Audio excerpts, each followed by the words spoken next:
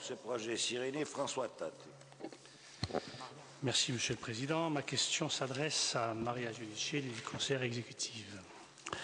Le service public de l'énergie doit garantir un approvisionnement en électricité et en gaz sur l'ensemble du territoire de notre pays. Et ce service public est indissociable de la mutualisation des coûts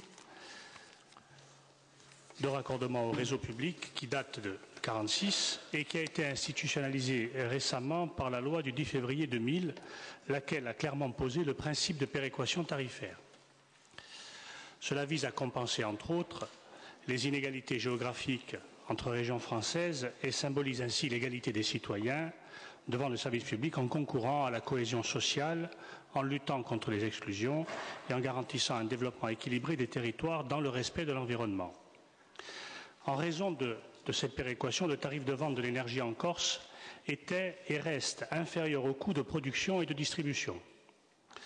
Or, et alors même que la loi n'avait pas été modifiée, cette référence à la couverture des coûts a été supprimée en 2005 pour sa partie renforcement de la production en lien avec la politique d'ouverture à la concurrence de ce secteur d'activité. Cela est préoccupant car la Corse est toujours, nous le savons, particulièrement fragile en matière d'alimentation électrique. Sans revenir sur la crise de 2005, nous connaissons cette situation de manière chronique. C'est la raison pour laquelle le projet Cyrénée que nous appelons de nos vœux vise à corriger ce manque en répondant aux attentes formulées dans le plan voté par notre Assemblée. Cette préoccupation est renforcée désormais par les débats qui sont intervenus dans le cadre de la concertation publique sur le projet Cyrénée, qui font ressortir des incertitudes quant aux futurs tarifs d'achat de l'énergie pour les entreprises comme pour les consommateurs privés. En effet, lors de la réunion de lancement à Bastia, Florence Dufour, directrice adjointe de la CRE, la Commission de régulation de l'énergie, a expliqué que le cadre réglementaire de la dépéréquation devait être précisé sur le territoire corse. En tout état de cause, une part importante, dit-elle, du prix de l'énergie relèvera toujours du secteur régulé, mais on a bien compris qu'à contrario, il y en a une partie qui ne sera plus concernée.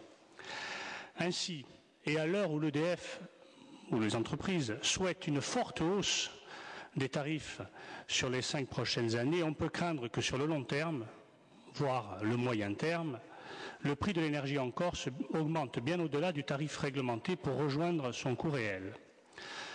De même, des questions se posent quant au financement du raccordement des communes au gaz naturel, puisqu'un critère de rentabilité a été introduit dans les études de faisabilité.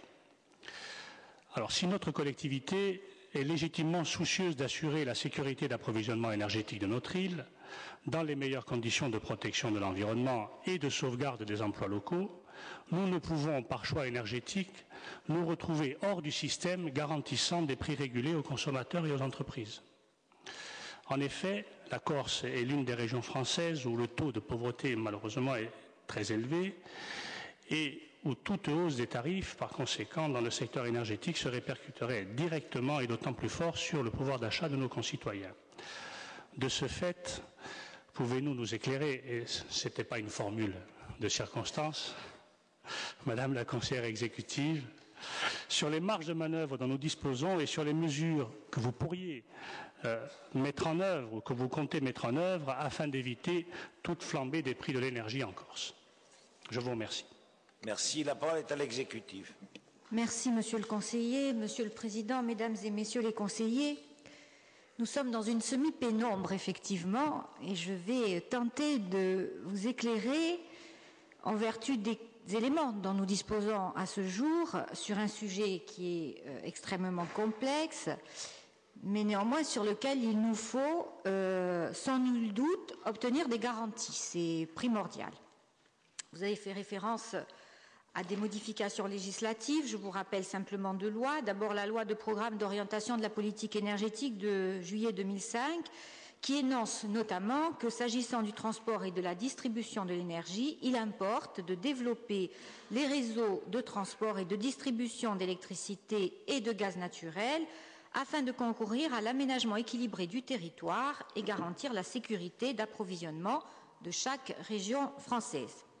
Plus particulièrement pour l'électricité, la loi de février 2010 modifiée précise que le service public de l'électricité a pour objet de garantir l'approvisionnement en électricité sur l'ensemble du territoire national dans le respect de l'intérêt général. Oui, mais sous quelle modalité d'équilibre financier? Alors, les tarifs de vente de ces énergies de réseau aux clients finaux, c'est-à-dire aux usagers, intègrent les coûts de production, les coûts d'acheminement et bien sûr la commercialisation. Concernant les coûts de réseau, les tarifs d'utilisation des réseaux publics d'électricité ou de gaz intègrent eux-mêmes les coûts d'investissement et d'exploitation, ainsi que des coûts annexes tels que ceux relatifs à la recherche et au développement des infrastructures. L'ensemble des consommateurs français s'en acquittent suivant des règles communes à tout le territoire. La Corse ne fait donc pas l'objet d'un dispositif différent qui la pénaliserait vis-à-vis des autres régions. Pour ce qui est des surcoûts constatés dans la production d'électricité en Corse et dans les autres zones non interconnectées, puisqu'il y a véritablement un surcoût. Aujourd'hui, on va dire EDF produit à perte en Corse. Eh bien, ces surcoûts sont pris en charge, là aussi, par l'ensemble des consommateurs français à travers la contribution au service public de l'électricité. Je veux faire référence à la fameuse CSPE. Alors, concernant le gaz, qui est effectivement l'objet de votre question, les usagers raccordés aux distributions publiques d'Ajaccio et de Bastia se voient appliquer un tarif spécifique à la molécule distribuée, excusez-moi de rentrer un peu dans le détail technique, à savoir le propane ou le butane. En cela, il diffère des tarifs pratiqués dans les zones distribuées en gaz naturel, mais on ne peut pas considérer à aujourd'hui qu'il s'agit d'un mécanisme discriminant. Aujourd'hui, il y a effectivement préservation d'une certaine égalité.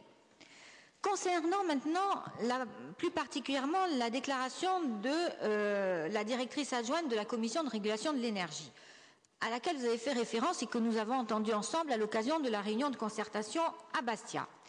Et sans vouloir l'interpréter, il me semble qu'elle fait référence à la loi du 7 décembre 2006 et plus particulièrement aux dispositions relatives aux nouvelles concessions de distribution du gaz naturel sur le continent où existent déjà de telles concessions. À la date d'aujourd'hui, nous pouvons considérer qu'effectivement rien n'est décidé pour la Corse. Si la distribution du gaz doit se développer dans l'île, ce que nous espérons tous fortement, cela suppose que le gaz soit compétitif par rapport aux autres énergies concurrentes et qu'en conséquence, cela ne pourra se faire au détriment du consommateur corse. L'arrivée du gaz naturel en Corse à travers la réalisation de Cyrénée modifierait ce paysage, effectivement, et vous avez raison de le souligner, c'est une vraie question. L'île se trouverait desservie par une énergie de réseau, le gaz naturel, dont la fourniture est couverte par un ensemble de textes législatifs et réglementaires qui s'y appliqueraient dès ce moment. Or, et c'est là que la complexité va grandissant, une partie de ce gazoduc est située sur un territoire italien, une autre dans les eaux internationales et la troisième enfin sur le territoire corse. Cette juxtaposition pose la question de la propriété de cet ouvrage et de son exploitation, deux paramètres qui influent sur le régime tarifaire qui serait appliqué à la molécule distribuée en Corse. Le ministre en charge de l'énergie et la Commission de régulation de l'énergie ont la responsabilité de clarifier ces points de manière à assurer la stabilité juridique de cet ouvrage tant vis-à-vis du droit français que du droit européen. J'en conclus, Monsieur le Président, mais je ne vois que vous ne vous impatientez pas, donc je prends mon temps, mais j'en conclus. Néanmoins, sur l'ensemble des points évoqués ci-dessus, nous serons donc vigilants à ce que les solutions retenues ne soient en aucune manière susceptibles de conduire à une hausse discriminatoire des tarifs de vente de gaz et d'électricité aux usagers résidant en Corse.